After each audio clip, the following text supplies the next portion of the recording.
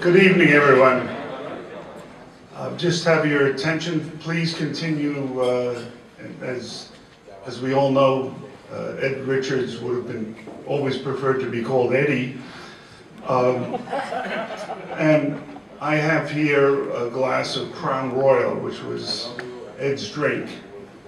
And I'd like to start off the evening with a toast to a great guy, Ed Richards.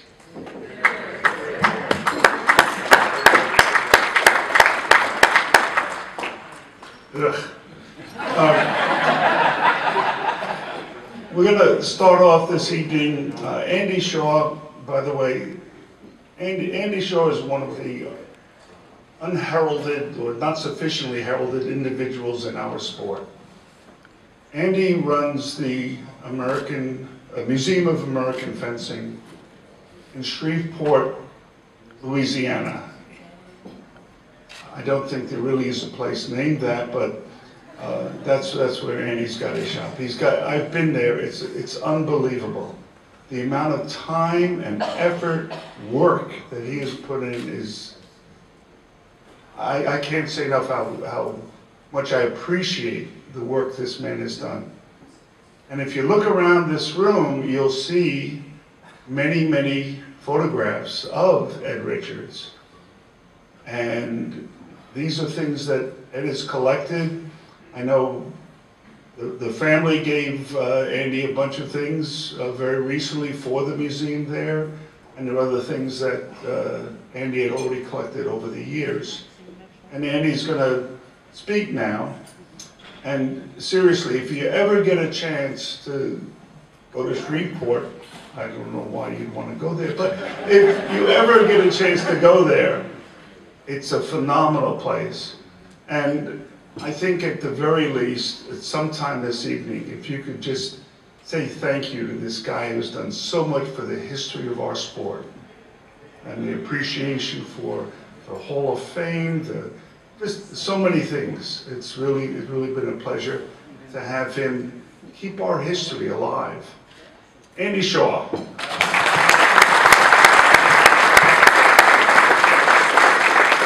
Thank you. So I just want to tell you a little story. Now, I met Ed when I was 15, and he killed me. But I fenced him at the Fencers Club, but I got close the next year. But I wanted to tell you about this 1961 to 1963 period, just one aspect of the national championships. And so you know that the national championships were only pools. First round, second round, third round, final of 8 or final of 9. And you fenced everyone. So the final of 9 was the 9 best fencers in the tournament, and you fenced all of them.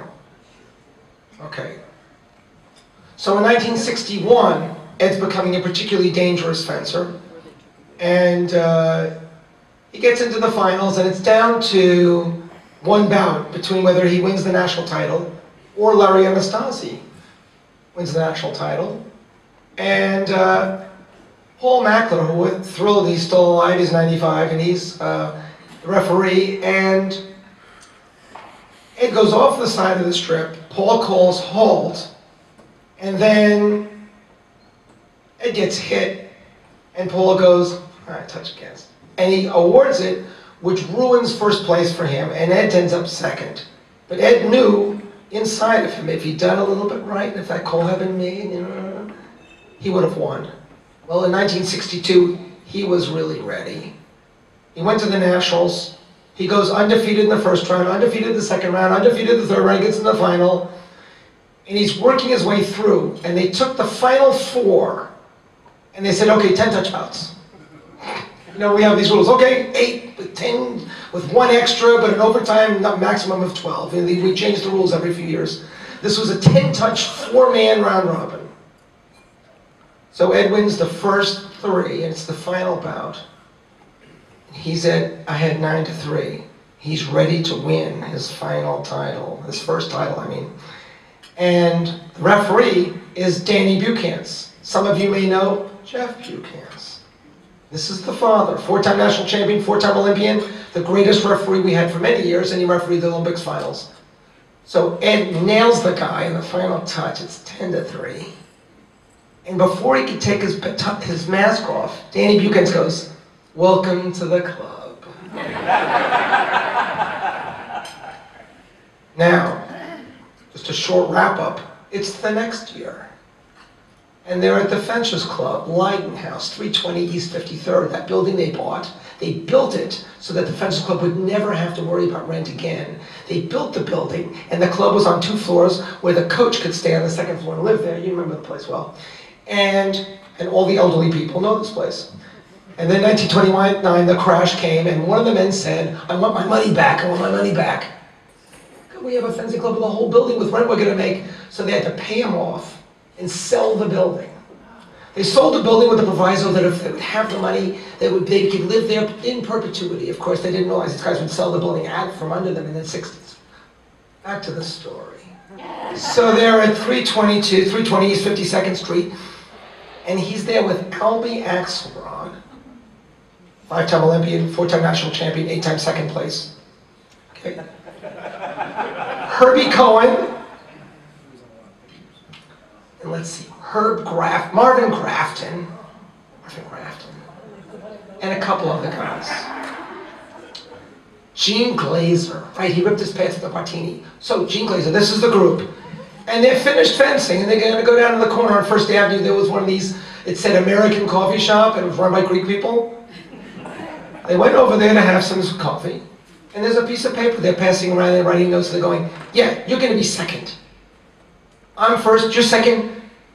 Marv, you're third." And Ed goes, "What are you guys doing?" And he's getting a little bit perturbed. He has a hard feeling what they're doing. You know when Ed would get annoyed, there's a look, he'd go. And so they go, "Oh, we're figuring out who's going to take first, second, and third in the Nationals in LA. He goes, "Well, where am I?" And they look at him, "Oh, Ed, you're 5th. He goes, "5th?" He's just like this. He's like, they're starting to leave, and he goes, "Oh, do you need that piece of paper?" They go, No, we've decided, we've already figured out what's going to happen." He goes, "Can I have it?" He takes the paper, and he's like, "5th." And he kept that paper as like, "I'm going to kill these guys. They think I'm 5th? You'll see." And of course, Ed went undefeated, national champion, and he won, you know, all the way through, first place. And the other guys took 2nd, 3rd, 5th, 7th, you know. So that's my story about Ed Richards. Okay, thank you very much.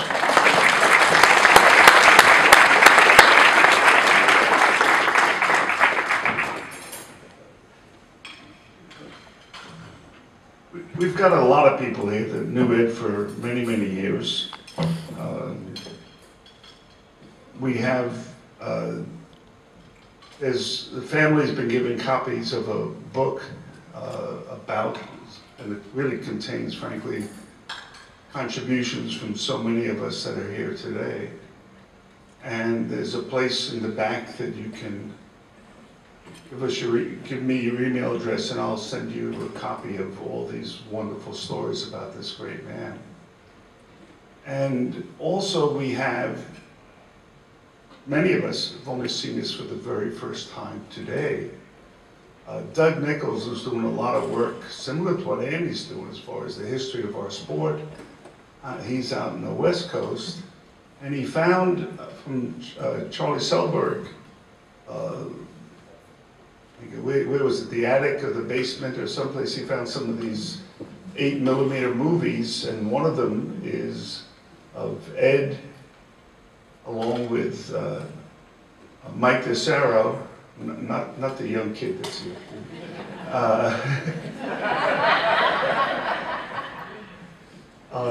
and Raul Sudre, and John Geraci was there also.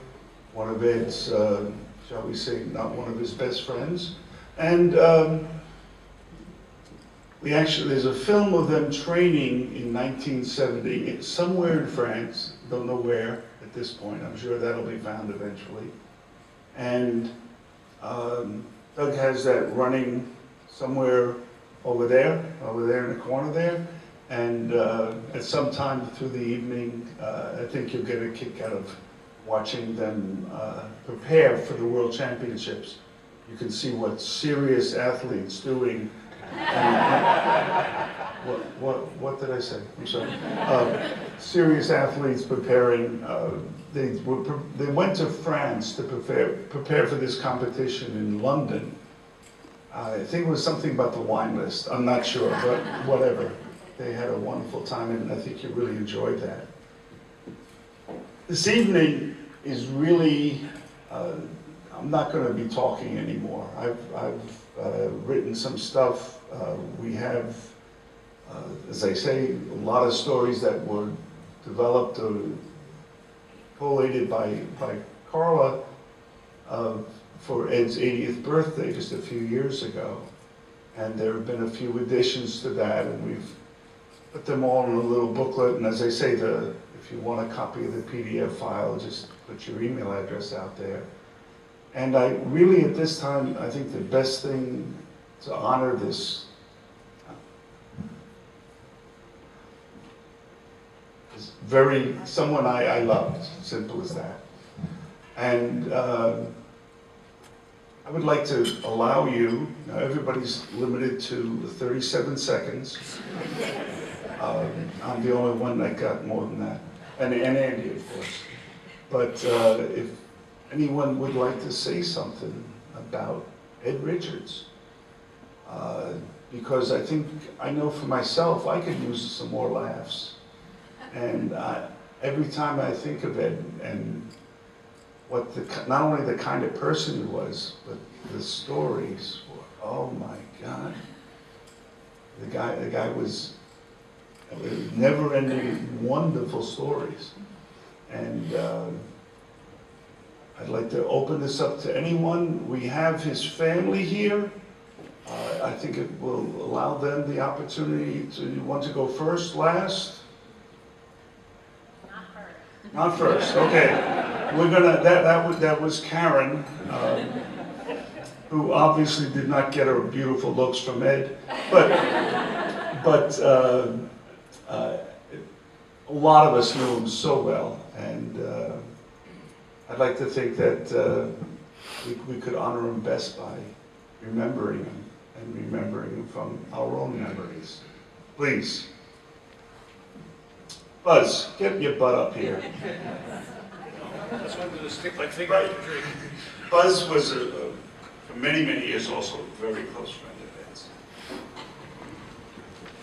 Ed and I fenced Ed once when I was Dewey-eyed midshipman, and he was going to go on and win the national championships and just about everything. And my only memory of Ed, other than he was a real gentleman on the strip, was these two glowing eyes behind a fencing mask that reminded one very, very much of something, that the description of Bram Stoker might have made. And he was a frightening man to fence on the strip without him doing anything, just those eyes. But when I moved back down to Los Angeles, Ed had recently moved there, and we had known each other in between and met at camps and so forth, but we got to know each other a great deal better and spent a lot of time with each other. Including when we would go to these huge board meetings in Colorado Springs, we would often room together with a third person, a third draft on around to be named later as we got there, and sometimes we did, sometimes we didn't. And I have written one story that's in the book about a particular visit we had at Colorado Springs, but there was another part to the story that I didn't add in the book. The sum of the story was that Ed and I had established a relationship where it was a little bit like, hello, it's good to see you again, and then we just opened up on each other. And he had a remarkably good wit. Combined with that Boston accent, he was a formidable challenge in any circumstance. So we got in at different times, and our third roommate was a young man from the Midwest, and it was his first board meeting. He'd never been to one of these things before. Probably expecting something different than what he got, but we greeted him and each other, and then Ed and I just started to unload on each other. And it's, you know, you haven't gotten any taller, you haven't gotten any shorter, and that sort of thing, and it just, you know, it went on. And all the time, we finally noticed that our third roommate, our roommate's eyes are getting bigger and bigger. And not so much in awe, but clearly it was almost feral fear.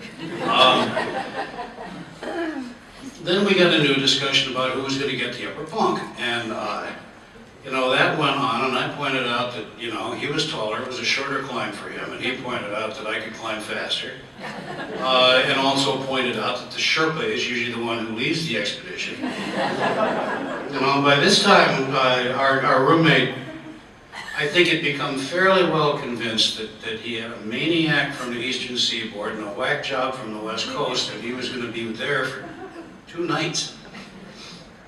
So, this one now I went to dinner and came back, and as the night wore on, I had to get up once and go, come back. Ed did, according to Ed, and we talked it over in the morning.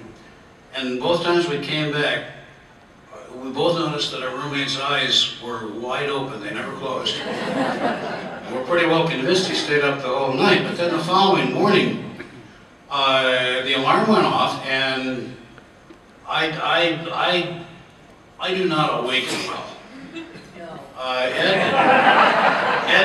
Ed is I discovered, was fairly alert, you know, at least, you know, up in bed. But I don't rise gracefully, and I was looking around, you know, looking for something to bite, and Ed, I did notice, was in the upper bunk. He got up, he slid back, so his back was against the backboard. And as my head began to clear, I heard this cracking sound. And the backboard gave way, and it did a backflip off the edge of the bed. It just stuck the landing. I mean, it was just stuck it. And, you know, I didn't have a chance to look at our roommate at that time. But, you know, I looked at it for a few minutes and then said, Richards, this is not the venue.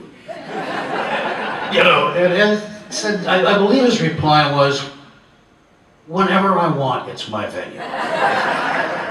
And, I mean, just, as if he had set this routine up for months, and by that time, our roommate, you know, we got to breakfast, he went ahead of us. And we're sitting there across the table, you know, I said, you know, Ed, I think we're really kind of, you know, shaking the tree at this guy. He's risen high in the USFA, so I don't want to mention names, but he, you know, I think he's really getting a little bit concerned, more than a little concerned. You know, maybe we ought to tell him that it's just something that we do between us, and it's a joke. And I looked at Ed intensely for a while, and he looked at me, and then his reply was, nah. And so that was my additional story about Ed and his sense of humor and his incredible grace. You know, because he was extremely, one of the best backward somersaults I've ever seen performed by a tall man.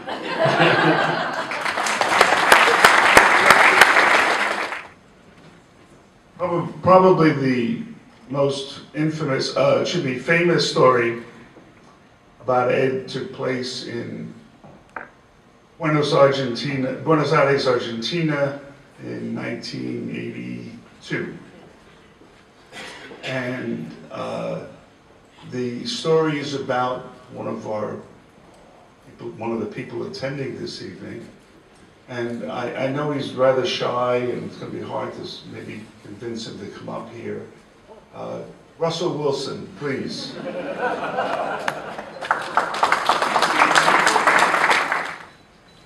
Just to begin quickly, Buzz made a very good point about Ed being a fantastic roommate. I'm not a fan of roommates, as some people in U.S. fencing, you know, and I almost always got my own room over the years. But on occasion, I was fortunate enough to have Ed as a roommate, and he was fantastic. Clean, organized, fun, really a delightful person to spend time with. Now, the story that George is referring to, how many in the room are familiar with the story, actually? wish it was more. All right, everybody, this is this story. Oh, Who's familiar with that story? He begged me, Buzz. Yeah, okay. It was my first junior world team. We were in Buenos Aires. There was a war going on. Some of you might remember the Falklands/Malvinas crisis. This was going on. And we were staying at this disgusting, terrible military facility with 3 of us in a room. They shut the toilet down at 11 p.m., so if you used the restroom, you couldn't flush. There were flies everywhere. It was really, really disgusting, and I was absolutely terrified. Absolutely terrified. So the coaches on this team, as in fact on the 3 junior world teams that I was on, were exactly the same. It was George Kolombatovich and Ed Richards for all those teams. And I asked Ed, I had known him pretty well from before this team, had spent a lot of time with him, had a great deal of affection for him. So I told him, I'm really, really nervous. What should I do? I figured Ed was the perfect father figure to come to for this advice.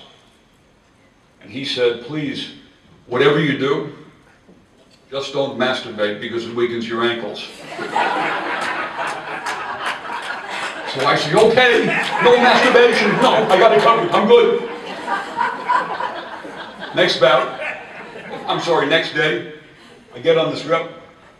Very first action, Olestra lunge, I destroy my ankle. George had to carry me to the doctor. In fact, George had to carry me all around Buenos Aires for the rest of the week because there were no crutches, there was nothing to carry me around. It was also Holy Week, and so many things weren't open at the time, and I wasn't able to get crutches. So George literally carried me around, held me up when I had to use the restroom. You know. I mean, seriously, am I joking, George? I wish you were. So all these people came over to express their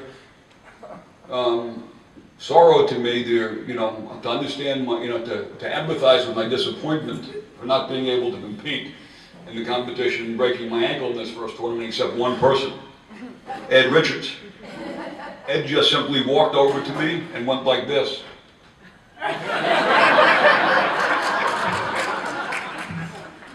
And he walked away. Well, this followed me around for 35 years. Ron Miller once showed me a video of Columbia versus UNC fencing, and he had his entire team going like this. It's embarrassing. But I want to say that Ed was a great friend. I will miss him very much. I loved him very much. He was funny, he was fun, he was a great fencer, he was a great fencing master. And in honor of Ed Richards, I can proudly say that I haven't given up masturbation.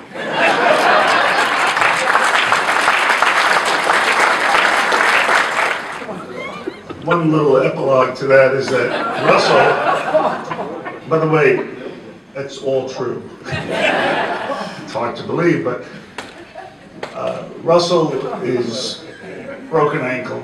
He's lying on the strip and he's begging, please let me fence, let me fence. It was a really wonderful member of the Italian delegation training named Claudio Amici, just a great guy, always willing to help anybody. He came over and he said to me, it's broken, that's it. Then the FIE doctor came over and said, Russ, you're done, you cannot continue. So Russell is sitting there in physical pain, and obviously, young man, first junior world team, really upset and saddened by this terrible turn of ankle. And so the tears are coming, pain. Ed comes over, does his routine. Now Russell is laughing hysterically and in agony, but somehow we all survived that one. Come on, how about somebody else? Do I have to call everybody up? Do I have to say, Alex Begany, get your butt up here, or something like that? I don't think so. Stand up, Alex. Oh, yes, Alex, please stand up. Alex had a truly a special relationship with Ed. I think the fact that obviously Alex really looked up to Ed. Thank you, George. Nice true, I always look up to Ed. My first encounter with Ed was in 1978 in Squaw Valley. I never met the guy before. We have a junior camp. And we go in this room and some people are standing up. I'm walking and somebody said, oh, introduce you to other teachers. Okay. I met this guy, so it's fine. And I met this guy. Tall, well-dressed, a cane. Hi. He goes, hello? And I say, who is that guy? And I kept going, and I said, I'm never going to do anything with this guy. He's so weird, I don't want to do anything. He turned out to be one of my best friends, and we have been teaching together for more than 20 years at USFA Courses College, and we had a wonderful time together. And I want to say two more things. You see my hair here? It's gone. And somebody told me, asked me at the Courses College, they said, Alex, come, you have no more hair. And I say, that is because I'm teaching with Ed. I say, Ed, what are you doing? Ed! So that was lovely. And another one say, Alex, how come you came to the States? To the States. And I say, you know, back in France, I was watching fencing, and I saw these Americans coming, and I saw this tall guy there, and Ed was next to me. And I said, wow, this guy needs help. I need to go. So that's why I came to the States. I just want to say Ed, you know, was a wonderful person. He was, like he said, he was my conscience. Everything I was doing, Ed was there and said, it's fine. Or, So when he goes, I had better do something about it. And I spent all those years with Ed, and they were wonderful. And I miss him very much. Thank you.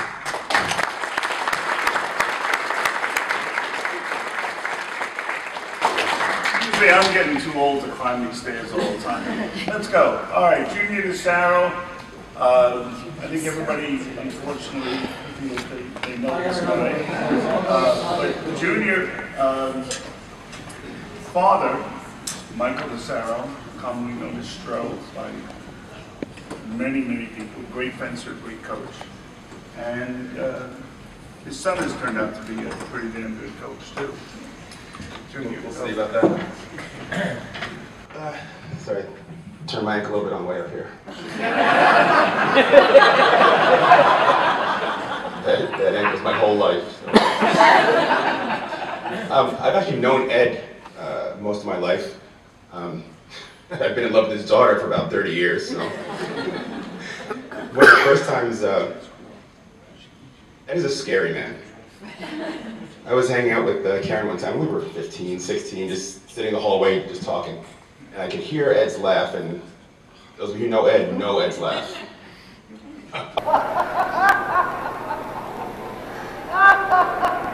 I could hear him coming around the corner, so Karen and I are talking, so he's laughing. He comes around the corner with a big smile on his face until he sees me sitting with his daughter on the floor in the hallway. I'm not a track and field body shape. You never saw a boy, run as fast as I did back to my room when Ed gave me the look that he did when he cocks his head and just sort of looks out of the top of his eyes. So when I moved to Los Angeles, my father and Ed were best friends, and I went out there and I started coaching and at Westside with Andy was there, and we would. Some of the fondest memories I remember of Ed is we'd go and play pool. Me, my father, and Ed at happy hour at this pool house in Los Angeles, and Ed loved playing pool, and he never beat me. But one of the stories that I love, I was on a team with Russell Wilson, the second junior world team he ever made, my first one. We're in Leningrad. My first coach was Chab Eltesh. Again, a scary man. Now, he had all the top saber fencers at the time. I think 20 of the top 24 saber fencers in the country were his students. So the coaches were George and Ed, and Chaba was there. And Chaba wasn't giving lessons because Chaba never gave lessons. But I needed a warm-up, Russell needed a warm-up. The only time I saw Ed nervous is when he gave me a saber lesson in front of Chaba. Now, Ed was a great coach, all three weapons, great fencer, all three weapons. But when you're coaching one of Chaba's students, it's a little different. I think our lesson lasted all of 5 minutes, was it, Russell? So Ed takes off his mask and goes to shake my hand, and I hadn't broken a sweat yet. And I could just see Ed was nervous, because Chaba's sitting right there, Jack is sitting right there. And I'm like, can we do a couple lunges of flesh? Put his mask back on, grudgingly. Another 2 more minutes, and lifted up his mask and shook my hand, and I realized the lesson was over. I never saw a man more happy to be done with a lesson in his entire life than Ed. The only time, and he was sweating and I wasn't. But my father and Ed were good friends. I'm great friends with the family. Ed was a big part of my life. I miss him almost as much as I miss my own father. He was like a big uncle to me, so. And it's good that I'm still friends with the family. I texted Karen, I texted her the other day saying I was thinking about stories and times that I knew, I had good times with Ed and it made me smile. And he's a great man and I'll miss him the rest of my life. Thanks.